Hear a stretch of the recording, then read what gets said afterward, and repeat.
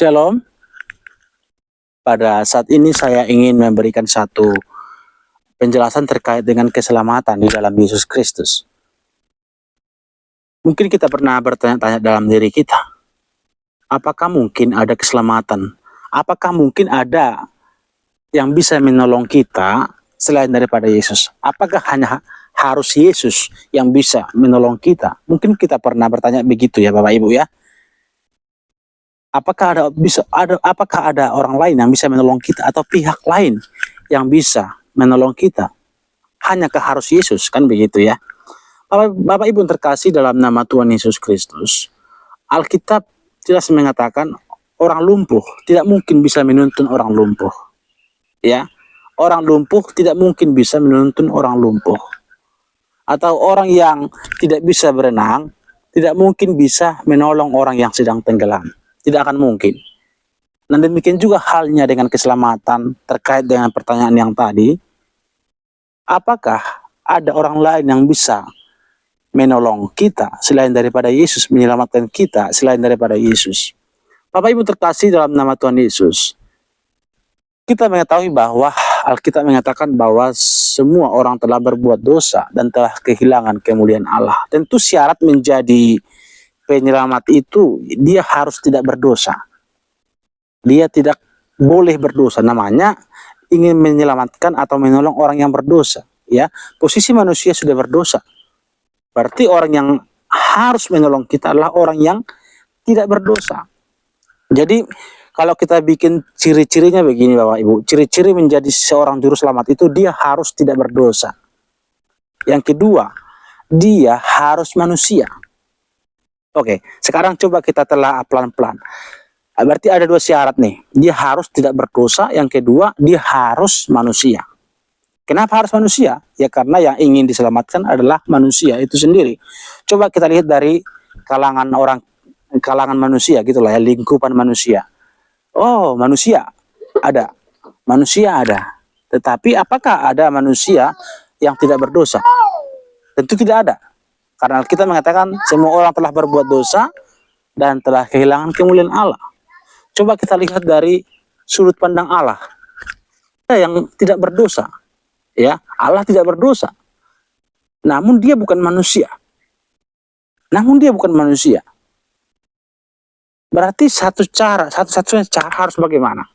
Itulah yang dipaparkan di dalam Alkitab. Allah harus berinkarnasi menjadi manusia. Karena kan syarat menjadi juru selamat, pertama dia tidak boleh berdosa. Yang kedua dia harus manusia. Karena apa? Karena manusia yang harus diselamatkan.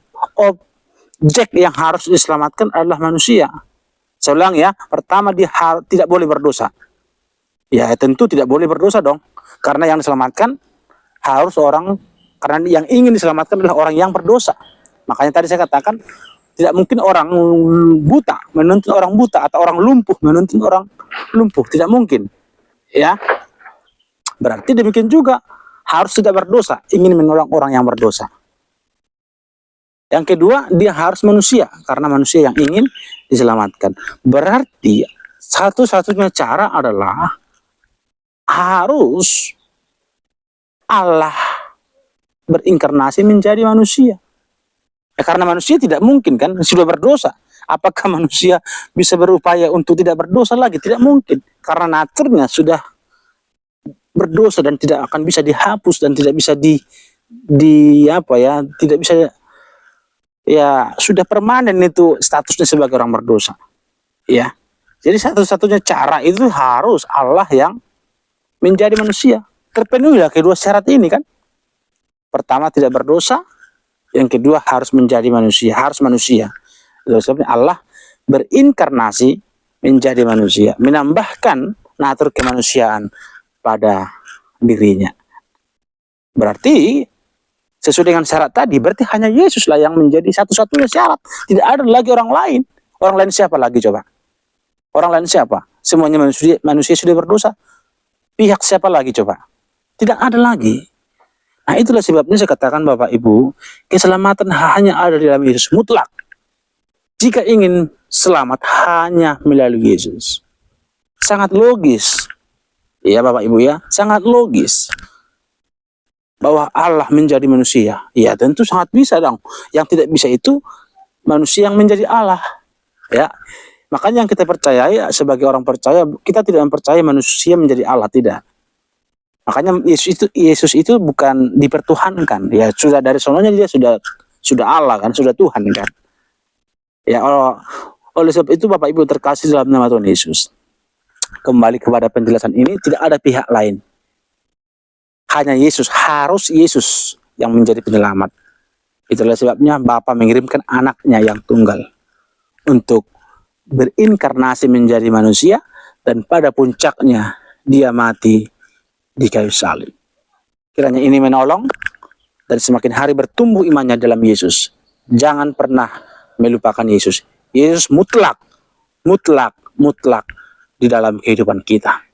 Jangan terpengaruh dengan ajaran liberalisme yang mengajarkan bahwa ada opsi lain yang bisa menyelamatkan kita, ada opsi lain yang bisa menolong kita.